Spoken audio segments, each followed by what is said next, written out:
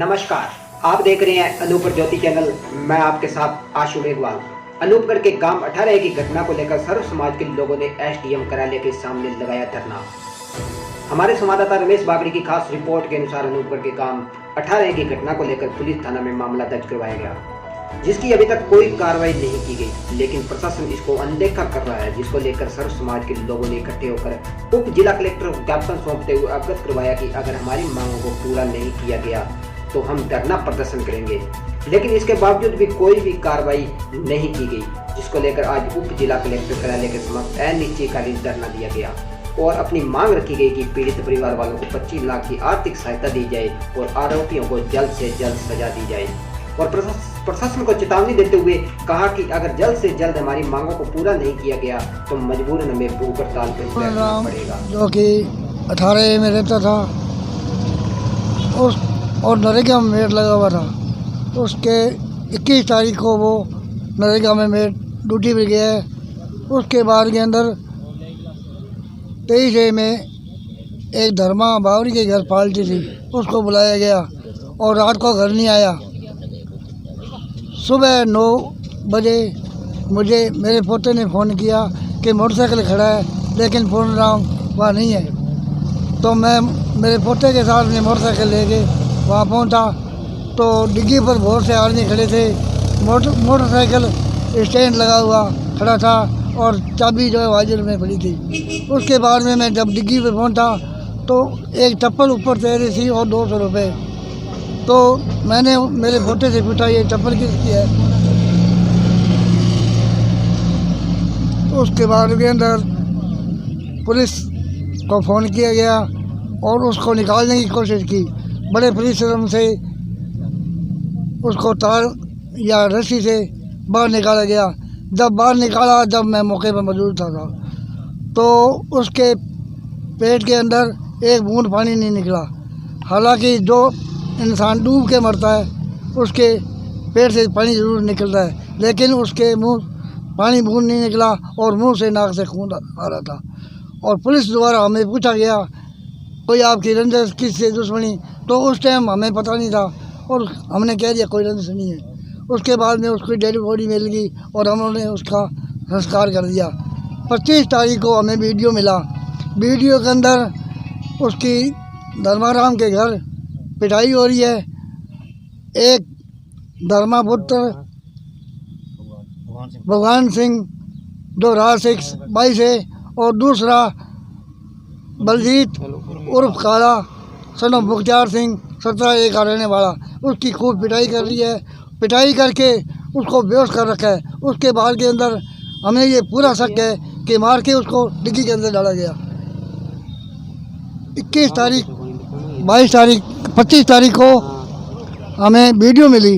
Video के आधार पर video देख के हमने डीएसपी साहब के एक एप्लीकेशन दी और उसके बाद के अंदर 3 तारीख को एफआई दर्ज हुई और इतने दिनों से आज तारीख 21 होगी, अभी तक कोई सुनवाई नहीं हो रही। किसी को कोई गिरफ्तार नहीं किया, ना किसी को बुलाया गया। हमें न्याय दिलाया जाए। श्रीमान जी, घटना का पूरा वृत्तांत मृतक पूर्णाराम जी के पिता श्री आईदान जी ने बता ही दिया। तो हम सब ने सर्व समाज की ओर से सोमवार को एसडीएम महोदय साहब अनूपगढ़ को ज्ञापन सौंपा था कि अगर बुधवार 10 बजे तक इस घटना पर सभी दोषियों को 302 धारा के तहत गिरफ्तार नहीं किया गया तो हम सर्व समाज को पूरे परिवार की सहमति से उपखंड कार्यालय अनूपगढ़ के समक्ष धरना लगाएंगे।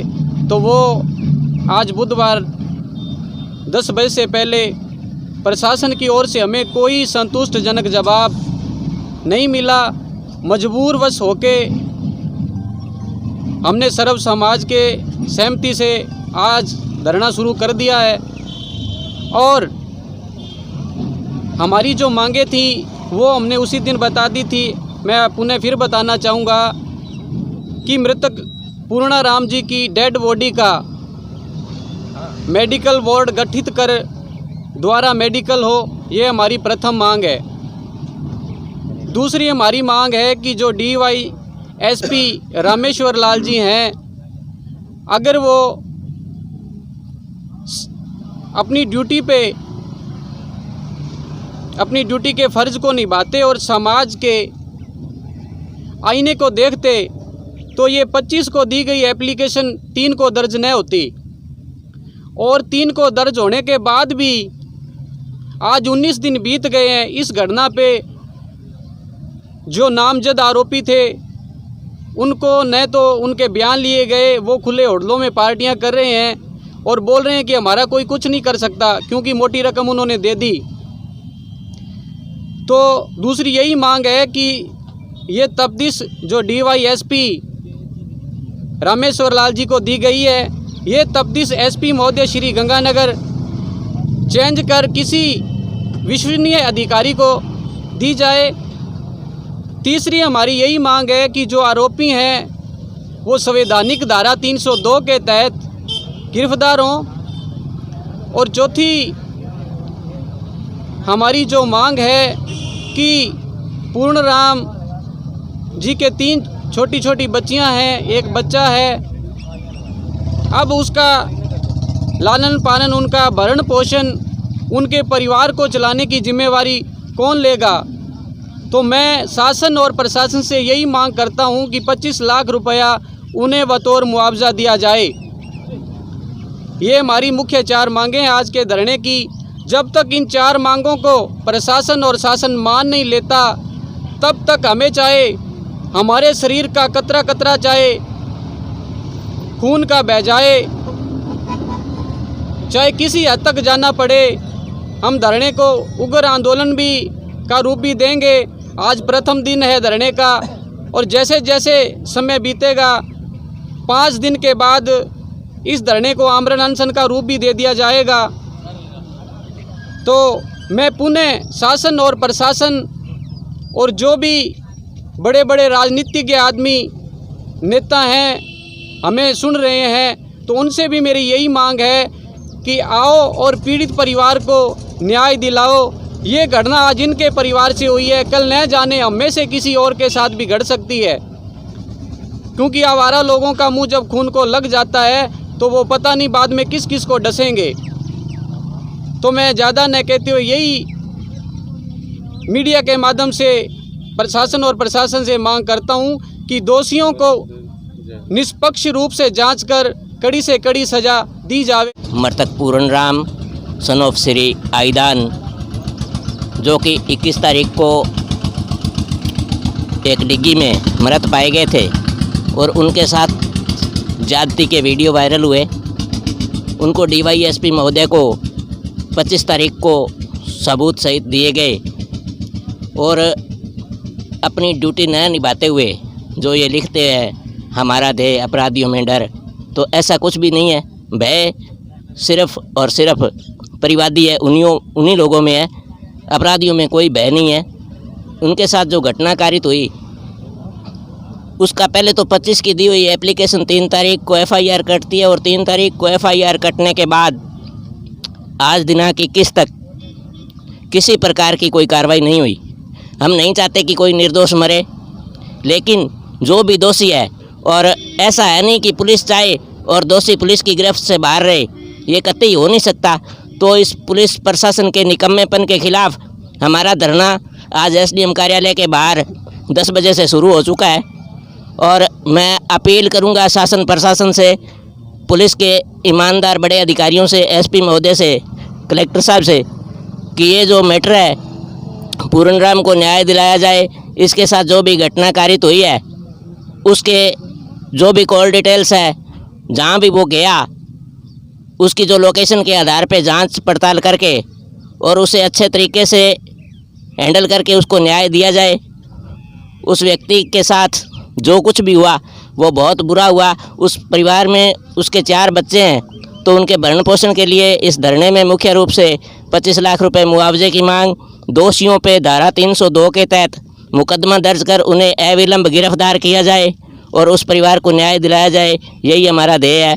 अगर ऐसा नहीं होता है तो ये 5 दिन धरने के बाद इसका रूप कुछ और ही देखने को मिलेगा। ये मैं वादा और चेतावनी दोनों प्रशासन के समक्ष आपके माध्यम से रखना चाहता हूँ जी। पूरे नाम सनोप आईदान करेला, जो पिछले महीने की 21 तारीख को किसी ने हत्या करके डिग्गी में फेंक दिया था, और उस समय तो पता नहीं चला कि यह घटना है या अपने आप गिरा है। तो 25 तारीख को वीडियो वायरल हुआ, सभी ने देखा, उस पर सभी ने विचार करके अपने डिप्टी साहब को एक एप्लीकेशन दी गई कि ये हत्या का मामला है। तो 7-8 दिन तो डिप्टी साहब ने गौर ही नहीं की। फिर हम 2-3 बार गए उनके पास, यही साहब के पास गए, डिप्टी साहब के पास गए। तब इसी महीने की 3 तारीख को मुकदमा दर्ज हुआ, धारा 302 भी लगाई गई। लेकिन उसके बाद में आज तक ना तो किसी को गिरफ्तार किया गया, ना ही कोई पीड़ित परिवार को कोई सूचित है कि ये कार्रवाई हम कर रहे हैं।